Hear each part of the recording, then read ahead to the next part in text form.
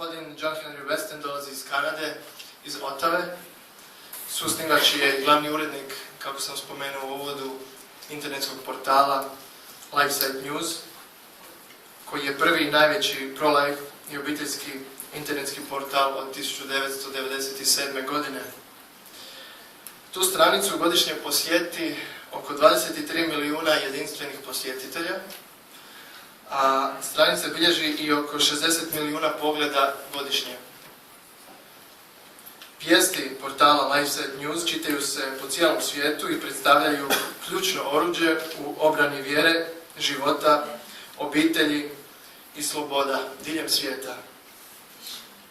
Lifesite News ima 25 novinara diljem svijeta, uključujući SAD, Kanadu, Rim, Francusku, Poljsku, Novi Zeland, Australiju, Meksiku, a nadamo se uskoro i Hrvatsku. Gospodin Westen osnivač je Rome Life foruma, godišnjeg skupa pro-life lidera, odnosno za život orijentiranih lidera. Susnivač je i Glasa obitelji i jedan je od koordinatora Kanadskog hoda za život, kao i nacionalne za život konferencije za mlade. Konzultant je najveće kanadske koalicije za život i jedan od organizatora podružnice te organizacije za grad Ontario. Bio je sudionik i govornik na brojnim konferencijama, kao i gost na mnogim TV i radijskim emisijama po Sjevernoj Americi, Europi i Aziji. Politički je također bio angažiran, i to kao kandidat Family Coalition Party za provinciju Ontario u Kanadi. Gospodin Westen sa svojom suprugom Dijanom ima 8 djece i živi u Otavi u Kanadi. Gospodine Westen, izvolite.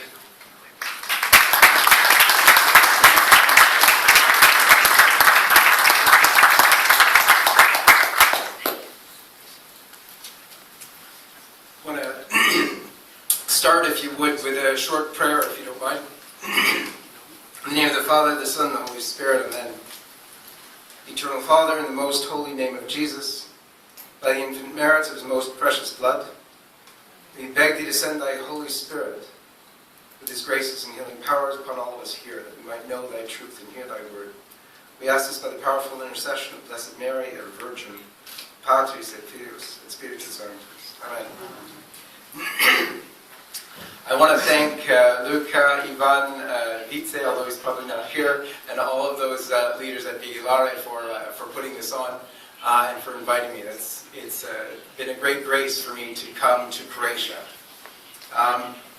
My topic is a difficult one, and what I will say here, some of the things I will say here I've never said anywhere in the world before. In an address, or in his speech, in the 1976 Eucharistic Congress in Philadelphia in America, Karol Wojtyła, who was still cardinal at the time, said these words. He said, "We are now standing in the face of the greatest historical confrontation humanity has ever experienced.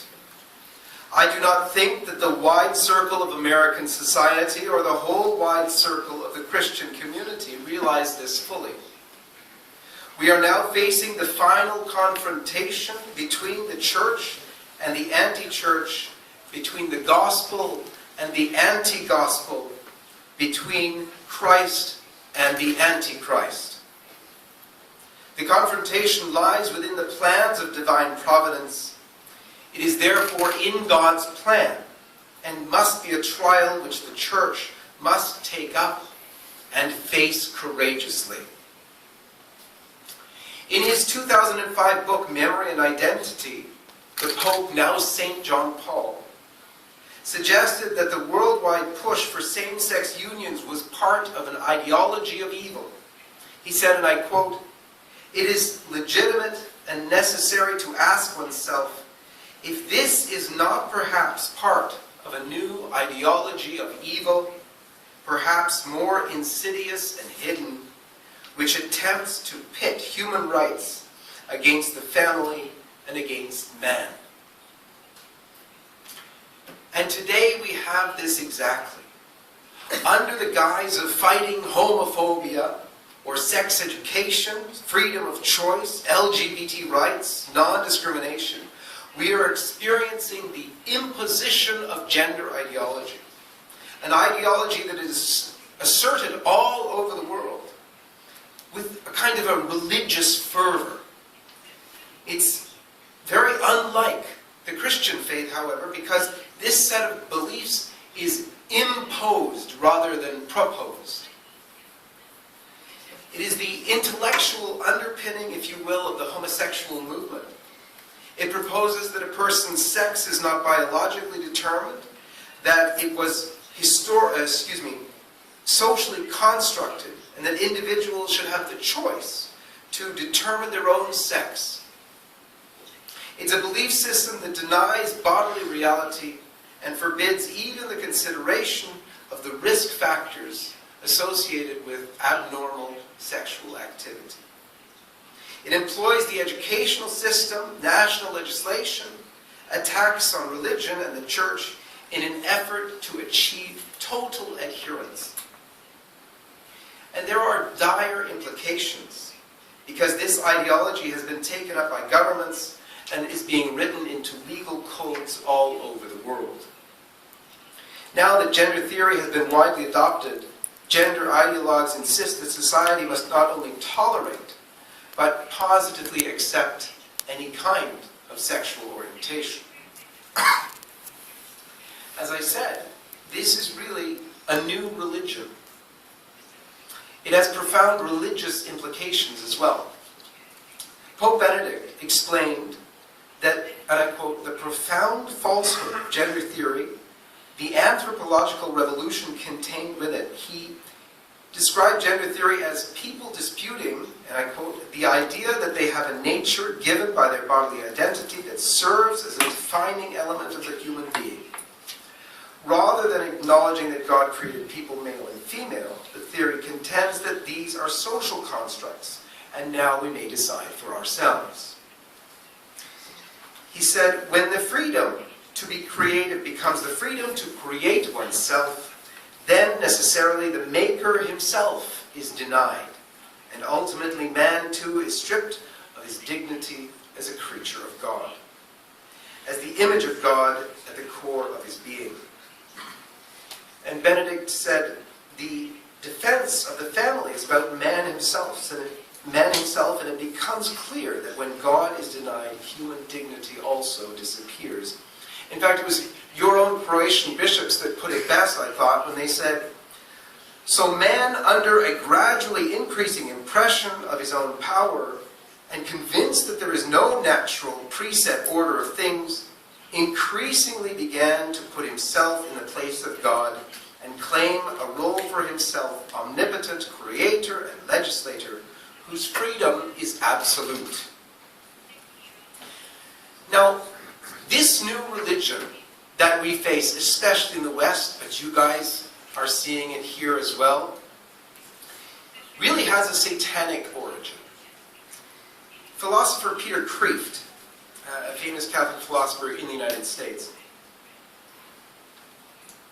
he said something once that really startled me. I remember listening to it. I was at my home and I heard it on radio. He said, "Did you ever notice that the whole of the culture war is about one issue?" I thought, what? I'm fighting the culture war every day. It's not about one issue. We have hundreds of articles on LifeSite of all sorts of different topics. What are you talking about? And he went and listed the list. And the list went something like this: abortion, same-sex marriage, contraception, adultery, pornography, promiscuity, sex education, divorce, homosexuality, in vitro fertilization, embryonic stem cell research. How can they all possibly be about one thing? But they are. They're all about sexuality. They're all about the procreative act. They surround that. Well, that thought grew stranger when I read the quotes attributed to Our Lady of Fatima. How many of you here have heard of Our Lady of Fatima? Please translate. Oh, I should see every hand going up. But we're going to be celebrating next year the 100th anniversary of Our Lady of Fatima. So it's key, very, very important thing. And so she came and she told the three children some very important things. It was, of course, the most stupendous miracle in all of history. Since the resurrection of Jesus Christ, there's been no more glamorous miracle than that of the miracle of the sun at Fatima in October 1917, nearly 100 years ago. That miracle was witnessed by 70,000 people. The secular newspaper, the communist newspaper was there. They were there to discredit the truth. They were there to make fun of Catholicism because three little kids said they saw the Virgin Mary. They said they saw the people were coming and saying they were seeing the leaves move on the trees, and the secular reporters were gleeful because they were thinking, aha, now we can prove Catholicism a sham. And so when they made this grave promise that there was going to be this stupendous miracle, and more people every month were going, 70,000 people showed up. And the reporters from the secular newspaper were gleeful. They were rubbing their hands together saying, we will now finish this nonsense of Catholicism. It was raining. It was pouring. We say in America it was pouring cats and dogs. The mud was deep. They were out in a field.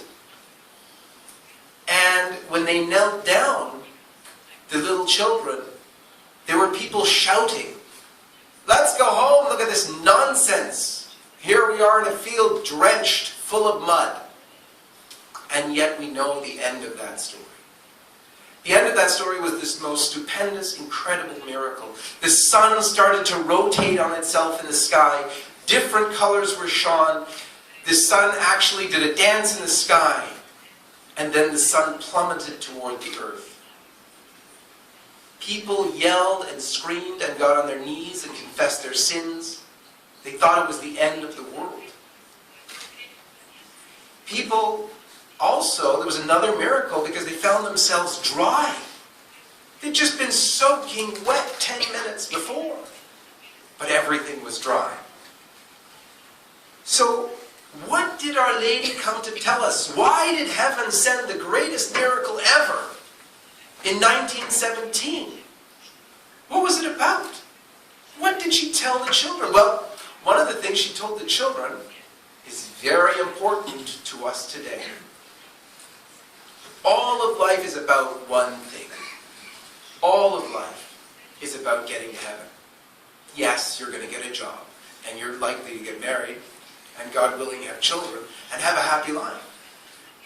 But it's mostly about getting to heaven. And yet Our Lady told the children this. She said, more souls go to hell for sins of the flesh than for any other reason.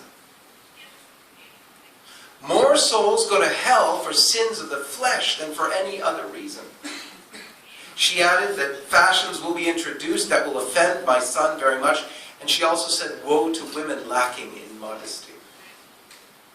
If you want to know the underpinning of the culture of death, the underpinning of the culture of death isn't really homosexuality. That's just the new outcropping. The underpinning of the culture of death is sins of impurity. We came up with contraception, separating the procreative from the unitive, giving us recreational sex. That was the beginning of the end. And so we have these statements from Our Lady. We put them together with the statements, the proposition or observation by philosopher Peter Kreeft. And we can understand why this is, or at least that this is. Why this is comes, an understanding of why this is came from the Church Fathers, but more recently from John Paul II. In his theology of the body, as it's popularly called, those homilies or statements that he gave in the Wednesday audiences for many months, he taught about a theology of the body. He taught about something that actually was in the church for a long time because he actually used the fathers of the church. The fathers of the church, in their description of the Holy Trinity, talked about the Father loving the Son fully and totally, and the whole giving of themselves in love to one another being the person of the Holy Spirit. Interestingly, of course, that's mirrored in the family, where father and mother come together, give of themselves completely to one another in full, faithful, fruitful love, and you have the child.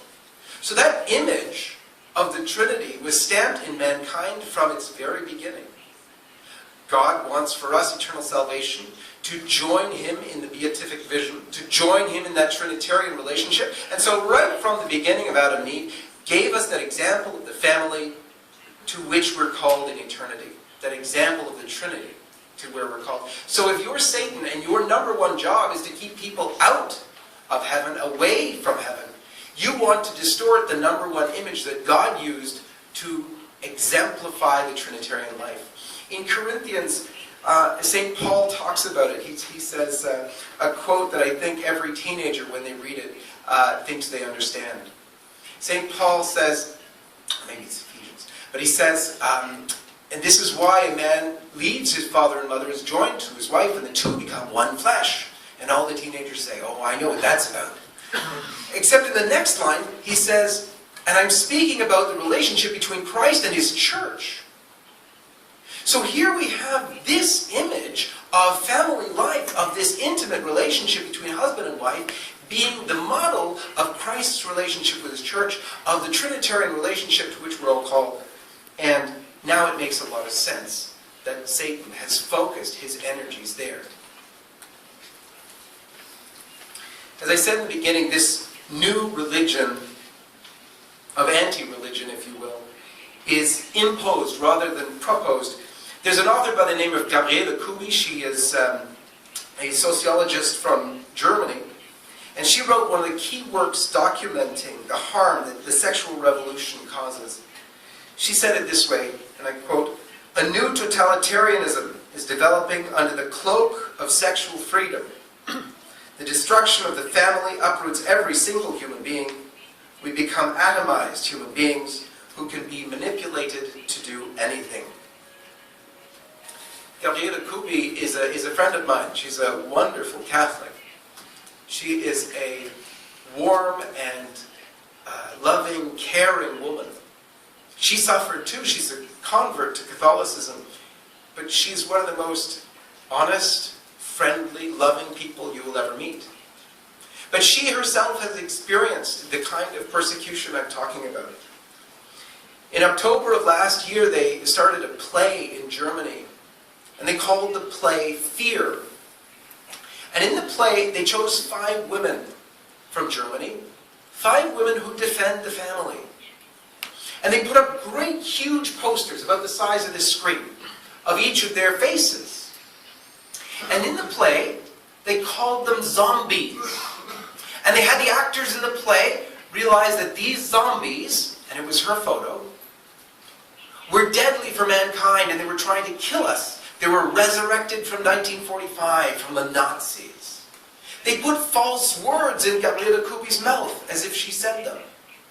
And I kid you not, they say the only way to get rid of them is to shoot them in the head. This is a public play. During the play, the actors poked out the eyes of the 5 women. And this is freedom. Gabriele is now suing the production of the play, and we'll find out how that goes. And you'll read about it on LifeSite News when we have an update. But we have this persecution in the West, and I'm so glad that Clemens Kavelin, Professor Kavelin, is here to show us yesterday the horror story of Sweden, because it gives, especially for you, a wide-eyed look as to where the culture of death leads. There is no more sleeping for us once we've heard the truth that was spoken so eloquently yesterday. Across North America and Western Europe for the last 20 years, we've seen bakers, wedding photographers, florists, professors, counselors, media personalities Professional sports players, bed and breakfast owners, mayors, printers, politicians, foster parents, fire chiefs, magistrates and police fined, and some of them lose their jobs and livelihoods for criticizing homosexuality or homosexual marriage. And I say marriage in quotes. The persecution was directed squarely at religious leaders. In Sweden, in 2003, Swedish pastor Åke Green gave a sermon on homosexuality, for which he was charged with a hate crime and sentenced to a month in prison. He actually appealed the ruling, and it was overturned in 2005, and you might think that was a great victory for freedom in Sweden, but it wasn't at all. Because in fact, it went right to the Supreme Court, and the Supreme Court actually ruled that Pastor Green was actually guilty. But because the European Court would not agree and would not uphold the conviction, therefore they didn't carry it through. Now, just so that you don't think that this could only happen in liberal Sweden, ultra-liberal Sweden, let's say, I will tell you the same intimidation appeared in 2014 in one of the most conservative places you can imagine. I know many of you in the East always think, oh, America is the bastion of freedom. And even the Canadians, I have to tell you, think America is the bastion of freedom. But there's one particular state in America where there's still real rebels, where there's still people who will stand up and fight, or at least we think so. They're the ones always saying that they're going to leave the Union, and it's Texas, where all the cowboys are. But in 2014 in Texas, you had the mayor of the city of Houston, the largest city there, issue subpoenas demanding that 5 Christian pastors turn over any sermons they had made on homosexuality or gender identity. And if they failed to comply, they would be held in contempt. In Canada, 2 bishops were taken to human rights commissions over their stances in defense of the traditional Catholic teaching on homosexuality. Also, from the beginning, schools were a target for re-education. Even Catholic and private schools are not exempt. A Catholic Canadian bishop was threatened with denial of Catholic school funding if he did not remove the teaching against homosexual acts from religious education classes. When this bishop was threatened, we actually called him and wondered what he would do. And he told us on the phone, oh, I'm a Catholic. So, as to say, of course, I will hold up the teaching. And you know, when we called him, he didn't answer over the summer. So in September we called again, there was no answer. And so we went and looked at what the curriculum now said. And he kind of, sort of, had something left of Catholicism inside the curriculum about homosexuality. But it was something that was worse than nothing. And I'll tell you why it was worse than nothing. What he had in the curriculum was the quote from the Catechism that reads, there should be no unjust discrimination based on sexual orientation. End. And that's it. Of course, the Catechism, the modern Catechism on homosexuality has 3 paragraphs. That sentence appears as the 4th sentence in the 2nd paragraph, or something along those lines, if you go look at it. In it, of course, is a condemnation of homosexual acts, because they're deadly for the soul. They're called by the Scriptures an abomination to the Lord. And they're also deadly for the human body. And yet, what we have is this false presentation by the Catholic bishop in Catholic schools. And you know what those decisions are? Those decisions aren't the bishop acquiescing because, he wants to stay in good standing, and, what's he giving up? Just a little bit? No. That is the bishop sacrificing our children. Parents themselves, though, fall victim to this new ideology. In various cities throughout North America and Europe, parents are forbidden from withdrawing their children from sex education classes, which are explicitly pro-homosexual, pro-abortion, and more. 2 provinces in Canada have proposed that even in homeschooling, parents are not permitted to teach against homosexual sex. In Germany, parents have their children taken away and are jailed for homeschooling their children, which is a carryover from Nazi times. And most of those parents were homeschooling because they were concerned about the sexualization of their children. Unfortunately, this new religion hasn't only imposed itself in those spheres, it has imposed itself on the church itself. And now we come to the hardest part. There are many good and holy bishops, like Belgian Primate Emeritus, Archbishop André Joseph Lenard, who have fought the new ideology, valiantly even. He was, if you remember who he was the Primate of Belgium, and when the Femen group, with the topless women, they came and attacked him one day while he was giving a talk, and he was sitting sort of like this, and they came up and they disrobed, and as soon as they do this, all the media come immediately with their cameras, because it's a big show. There's nudity and there's all this horrible signs painted on them. And they took out bottles of holy water from Lourdes, and they opened the tops, and they whipped the water against the bishop. And it was an amazing thing to watch, because the bishop didn't get up, he didn't curse, he didn't even defend himself, he didn't even put up his hands. He folded his hands and put down his head and prayed. And this media, which was all there, and let me tell you that the media there is not pro-Catholic by any means, but the secular anti-Catholic media even themselves said how it was evident he was praying for his own persecutors. So there is good, and good does exist. However, other examples come which are more disturbing.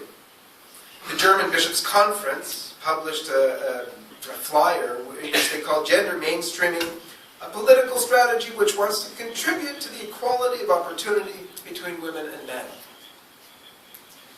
In fact, in most dioceses throughout the West, especially in big cities, you'll find a gay parish. A parish where there's promotion of and inclusion of and never saying a word about homosexuality. And such parishes exist even in the most conservative dioceses. And even in the Vatican, you will see a bowing to this new altar. And that's probably some of the saddest news you'll ever hear. I'll tell you the situation that happened in America this year when the Pope came to visit America. Actually, it was last September. At first, I can tell you that all of us reporters were overjoyed to hear that the Pope had met with a person called Kim Davis. Kim Davis was a county clerk from Kentucky in the United States, one of the more conservative states. And she was elected, it's an elected position, county clerk, and they give out marriage licenses. And she was asked to give out marriage licenses for homosexual couples, and she refused. And since she was the county clerk, the head, her whole office couldn't do it because they all needed her signature. And she said, "No, I'm a Christian, I can never do that. And this is America, don't we have the freedom to have our own religion respected?" No, we don't. She was thrown in jail for her refusal. She is a mother with children, and she was thrown in jail. And so when Pope Francis came in September, she had recently been released from jail. She stayed there for a week. And the nuncio had arranged for her to be there, and so the Pope met with her and told her to stay strong, and she was very encouraged. But something strange happened. The Vatican refused to allow the photos of the meeting to go public. And in fact, when she told people, "I met with the Pope and he encouraged me, he said to stay strong," the media in America all called the Vatican and said, "So tell us about this meeting with this anti-gay woman." And the Vatican responded that they could neither confirm nor deny the meeting took place. Then the media in America started saying that this woman had lied. She made up the story. And finally, when the Vatican was asked again, they were sort of threatened because her lawyer was also present and a witness, they said this: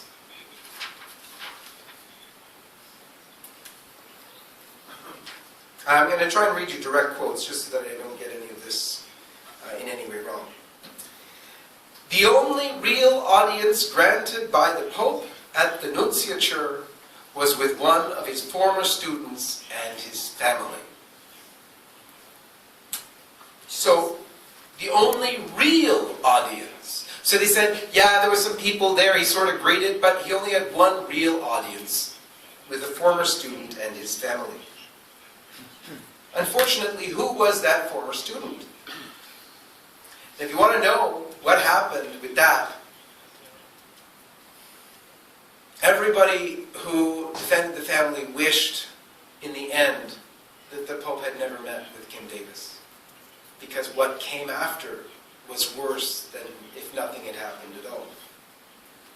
The real audience was with one of the Pope's former students, whose name was Yayo Grassi. Yayo Grassi came with his family, he came with his mother and his sister, and also his homosexual married partner.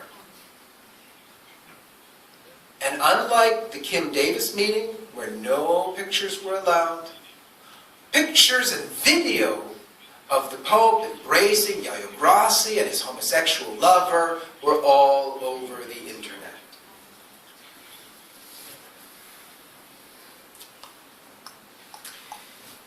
Yayo Grassi told CNN, the largest news agency, or one of the largest news agencies in the United States, that the Pope himself arranged the meeting with a personal phone call prior to the visit.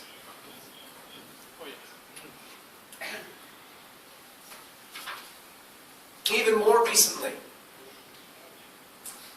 the Pope was asked very difficult questions. You know, the Pope has, in his 3 years, talked about the gender ideology numerous times. He's condemned it in the words of Pope Benedict, in the words of Pope John Paul II. He said how it's an evil ideology and so on. But on the plane, coming back from Azerbaijan and Georgia, just this October 2nd, by the way, he was asked about this again. And he was asked by a crafty, or I shouldn't say crafty, he was asked by a reporter from a very liberal Catholic publication called National Catholic Reporter. And he was on the plane with the Pope, and he asked him this question. He said, "Holy Father, how would you accompany someone who feels they're of a different gender and has undergone a gender reassignment surgery?" And then the Pope, he said some rather sad things.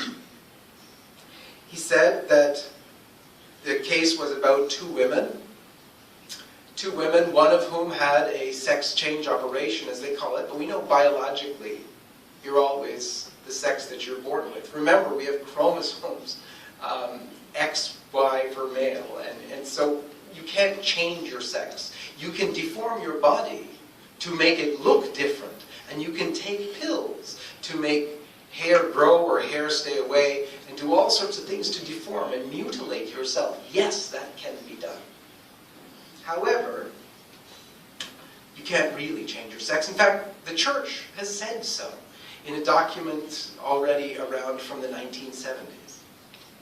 But on this occasion, in the plane, Pope Francis called this woman a man. And he even said, this he who was a she, but now a he. And he said that they are married. And he said that last year he had them over to the Vatican, and that they were very happy. So, if you think it is easy to confront the culture of death, to confront these things when you are asked to your face, it's not. It's very difficult to face these questions because you're put under a microscope and you are given kind of a persecution, if you will. Not quite the persecution you underwent in your own homeland here, but a type of a persecution. The type we heard at its end point from Dr. Calvin yesterday. Well, it didn't end there. A week later, actually, in the Vatican, so now we're only talking days ago, one of the American archbishops of the city of Chicago was made a cardinal. Blaise Supic is his name, or Kupic you might call it, that's how it's spelled. And unfortunately, he is dissident on the question of homosexuality. In a very sophisticated way, to be sure, but I'm the reporter that asked him the question. When we were in the Synod in Rome, for the Synod on the Family, in 2015, he was there. And he was surrounded by a table of reporters, and I was one of the reporters. And he was talking about how Holy Communion could be given to couples who were divorced and remarried with no possibility of annulment, but if they felt in conscience that it was okay for them, that they could go, and the minister of Holy Communion would have to respect the consciences of the people. And so I put up my hand and I asked the question, and thankfully no one recognizes an internet news service person, so I was just another reporter. And so I asked him, Archbishop Supic, would then it be okay for a gay couple to go up and receive Holy Communion if they felt in conscience that it was all fine and good? And his response to me was, gays are people too. And he went on to explain how, yes, the minister of Holy Communion would have to respect the consciences of the homosexual couple. Now, this is against the teaching of the Catholic Church. The Church is so very clear, as we were talking about in the group yesterday, everything is faith and reason. Just by reason alone we can talk to this situation, because the harms of homosexuality to the body are severe. There's all sorts of studies that will show you the harms, the medical harms, the psychological harms, the emotional harms of homosexual sex, not only between two men, also between two women. You know, whenever I go and speak on this subject all around the world, I have people often come to me and say, oh, those studies are made by anti-gay researchers. You really do have to laugh at that, because the researchers are from the very liberal organizations funded by the liberal government in the United States. If they're biased in any way, it's against the family, not against homosexuality. However, any scientist, any doctor worth the name must tell the truth, and the findings are such that the diseases, the harms, are severe. And so, in proposing the Church's teaching about homosexuality, it's a teaching of love. We love enough to tell people that this behavior is harmful, it's hurtful for the body. We also should acknowledge, because if we don't, everybody's going to say, oh, those guys are hiding it, I know they're religious and they're just not saying it. So whenever I talk about it, I say, yes, I'm a Catholic, and so I also believe that this behavior leads to eternal damnation. I want you in heaven. So I'm going to tell you this. I know it's hard. It's hard for everyone to live a life of purity. I'm a married man. It's hard for me not to do what Jesus said. He said, not just don't go have an affair. He said, I tell you solemnly, if you look at a woman with lust, you've committed adultery in your heart. And you tell them that, and they'll be able to understand, oh, that's kind of hard for you too. So you can have a togetherness in the difficulty to walk in a pure life together. Nevertheless, we had these things happen. But I've been very encouraged to come here to Croatia. Even though Canada is not yet at the level of Sweden, and I'm sorry to pick on you, Dr. Cameron, but even though Canada isn't quite there, we're very much well on our way to the bottom of that hill. But freedom, Croatia has been such a breath of fresh air. Croatia has been, I'm amazed. I went to the Mass on Monday. You have to understand, in Canada, when you go to a Mass, a weekday Mass, there's going to be 3 old ladies, and they're going to look at you, and you're a young person, and they're going to think, wow, what is he doing here? He's probably a priest. But here in Croatia, you have 4 daily Masses, a 7, an 8, and a 9, and then in the evening Mass, there's tons of people on a weekday. I can't tell you how encouraging that is. So, you guys have something still to fight for. Where Dr. Kavlin is at, and where most of Canada is at, there's almost no opportunity to fight any longer. There's nothing to fight for. In Canada, our Catholic schools are as bad as your public schools here and worse. So, you have something here you need to fight for. And that's why I'm so encouraged by Vidovic and what they're doing. You need to fight. You need to protect the faith in this land for the good of your nation and the good of your children. LifeSite News has been happy to report on Croatia. It's been like a good news story for us. I'll give you some of that. In 2005, we reported that Croatia's Catholic bishops warned against in vitro fertilization. You know what was great about that? It was right about 2005 that I was in Washington, D.C. at the March for Life talking to Cardinal George, who was then the Cardinal of Chicago. And I talked to Cardinal George and I said to Cardinal George, what about in vitro fertilization? And he said, yeah, we really dropped the ball on that one. But here in Croatia, the bishops were speaking out.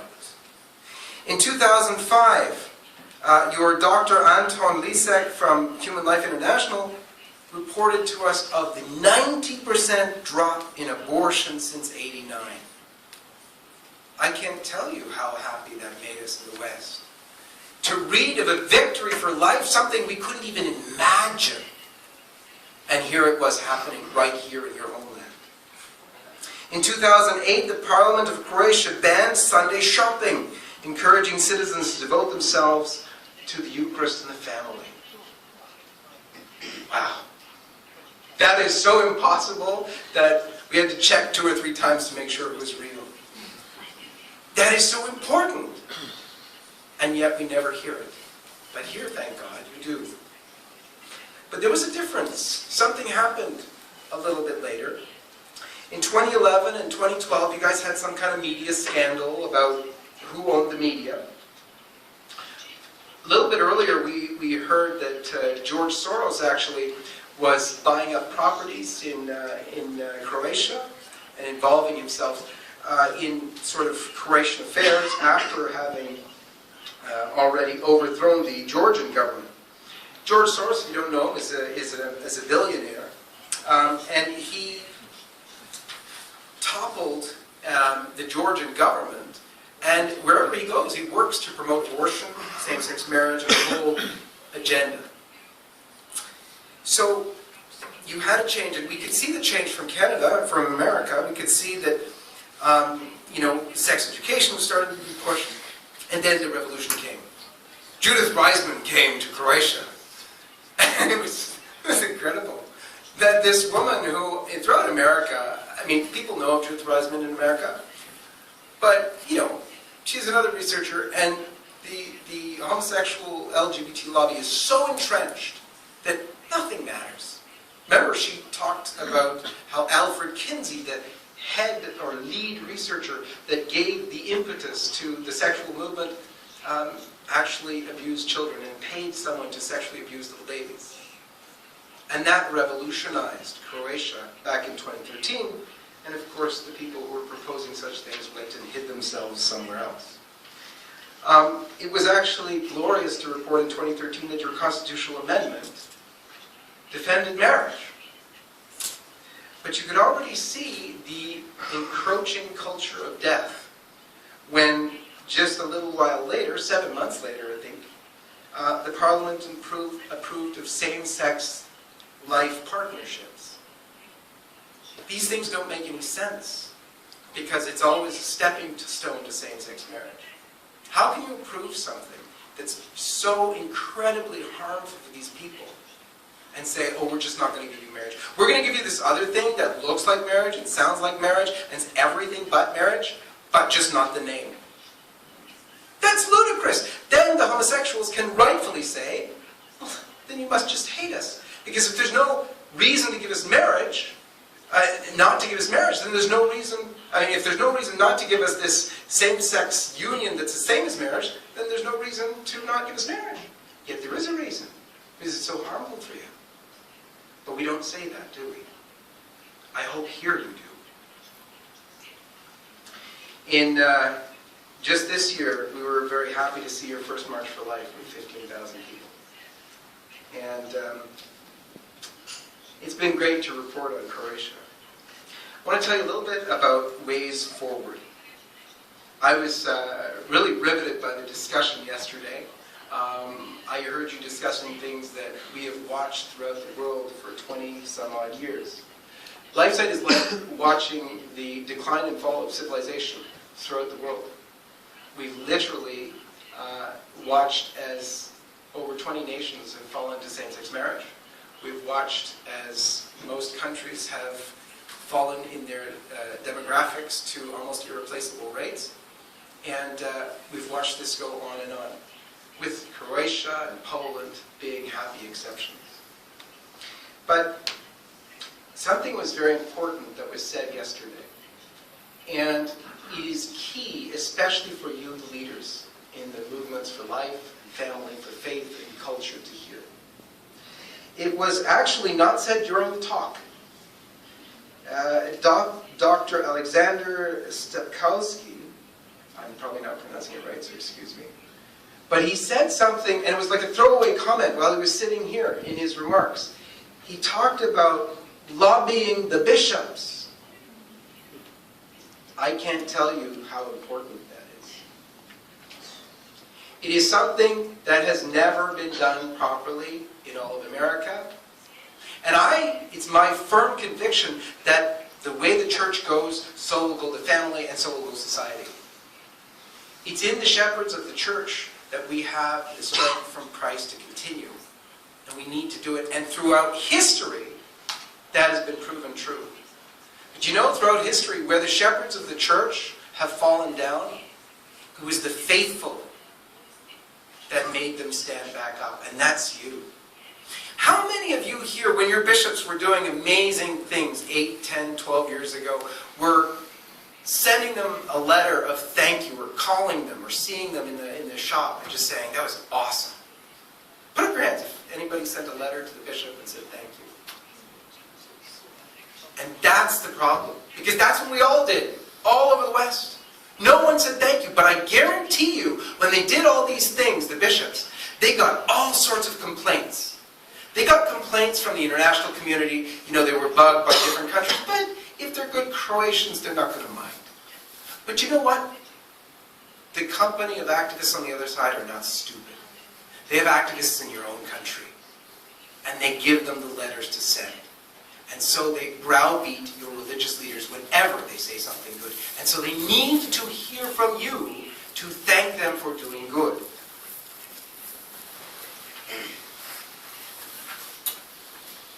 So, let me tell you one other thing. Based on the discussion yesterday, there was a... How are we doing for time, by the way? Sure. We're just doing that. What to do with faith and reason, what to do with faith approaches. And I'll tell you, in Canada, we began by disassociating ourselves from faith movements because we said, no, we want to appeal to everyone, to all the people. So we never want to mention Jesus or the Bible or anything like that. We forbade people from coming to our marches for life with signs of the faith. We told them, never do that. We got nowhere. In fact, we got less than nowhere. We went to the United States, however, and we noticed something strange. In the United States, you'll go to the March for Life, and there's 1 million people, and it's amazing, like we've never seen before. And what do you see? Huge religious symbols.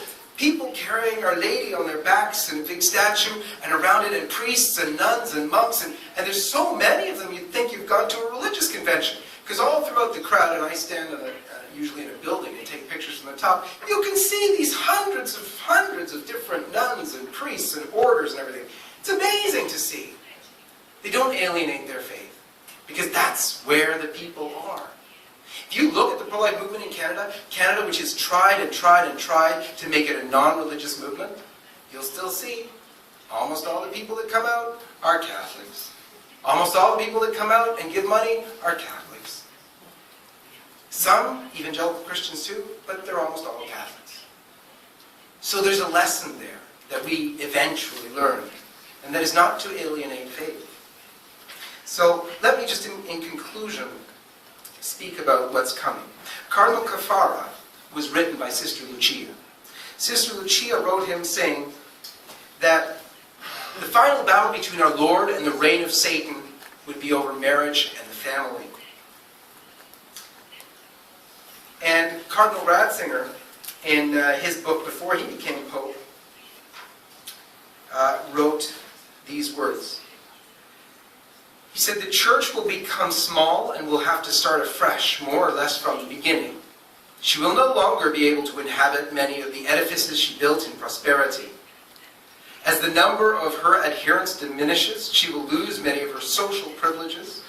As a small society, the church will make much bigger demands on the initiative of her individual members. It will be hard going for the church, for the process of crystallization and clarification will cost her much valuable energy. It will make her poor and cause her to become the church of the meek. The process will be long and wearisome, as was the road from the false progressivism on the eve of the French Revolution." And get this, these are his words. "When a bishop might be thought smart if he made fun of dogmas and even insinuated that the existence of God was by no means certain." He predicted that would happen, that which we experience today. But he added these words. He said, "But when the trial of this sifting is past, a great power will flow from a more spiritualized and simplified church. Men in a totally planned world will find themselves unspeakably lonely. If they have completely lost sight of God, they will feel the whole horror of their poverty. Then they will discover the little flock of believers as something wholly new. They will discover it as a hope that is meant for them, an answer for which they have always been searching in secret." And let me not finish without mentioning Our Lady of Fatima. I said in the beginning about her, and I want to conclude with her, because honestly, there is no answer, there's no final answer to what we're going through other than Our Lady. If you want to know what the actual answer is to this culture of death, to the looming wars, and to come back to sanity and peace, it's Our Lady of Fatima. She asked for a few things. She asked for us to have devotion to her Immaculate Heart, to pray the Rosary, to make the first 5 Saturdays devotion. Do we do these things? We need to, for our own souls, for our families, and for our nations. Our Lady also asked for the consecration of Russia to her Immaculate Heart. And I could go on and on about that because I recently interviewed, before his death, life-site interview that is, Father Gabriel Amorth, who was the Rome exorcist, who was with John Paul II while he was doing the 84 consecration, which everybody said was done. But John Paul II himself questioned whether it was done, according to Father Amorth. And you know what? As we approach this 100th year anniversary of Fatima, there's something we can learn from history. All sorts of countries have consecrated themselves to Our Lady numerous times. And with each successive consecration has come new blessings. Our Lady did say that Russia would spread her errors throughout the world, and we all think of that as communism. And then when the wall fell and seemingly everything collapsed, we thought it's done, it's over. If you know anything about communism, for sure, you know it's not over and it's still around. But there's another poison from Russia that most people don't think about. Do you know abortion started in Russia? And do you know that Russia is suffering most from abortion in the world? Russia's got a small population now, 130 million, and they have over 1.3 or so million abortions a year. They're aborting themselves out of existence. And so Russia suffers. So can we not ask for that consecration that Our Lady wanted? And if we think it happened before, well, let's ask for it again. And this time, let's name Russia, because now she needs all the help that she can get. So, in conclusion, we are often asked, how do you do it? How do you put up with all of this bad news and still stay joyful? And the answer to that is a little story a priest told us. A priest told us 25 years ago he was watching a hockey game. I know you guys don't watch much hockey, but you have to imagine a hockey game has 3 periods. And this was the finals, the playoffs. And they were going, getting ready to watch his team. He's in Quebec, a great Canadian team. And so as he was getting his beer and his popcorn ready to sit down, the other team scored a goal. And he hadn't even sat down yet. So he's, So he finally got himself sitting down. In that that period, his team lost 2 more goals. Going into the second period, his team lost 4 more goals. He said with each goal, it was so painful that he felt like a knife was piercing his heart. They had worked so hard to get to the playoffs, and they were throwing it away. It seemed like nothing they could do could make them win. He wanted to give up. He wanted to turn it off and just despair of the whole game. But he stuck it out, and in the third period, his team started scoring some goals. They scored 7 goals and tied up the game. And in overtime, they actually won. 20 years later, the priest was watching the NHL, which is National Hockey League. And they were airing the best games ever played. And they were airing this game again. His game from 20 years before. And as he watched it, he sat down and he could rejoice with every goal in the first period. And every goal in the second period. Because he knew what was coming in the end. He knew that in the end, his team would be victorious. So he could be joyful despite the losses. And we can too. Because we know that in the end, the Immaculate Heart will triumph. God bless you.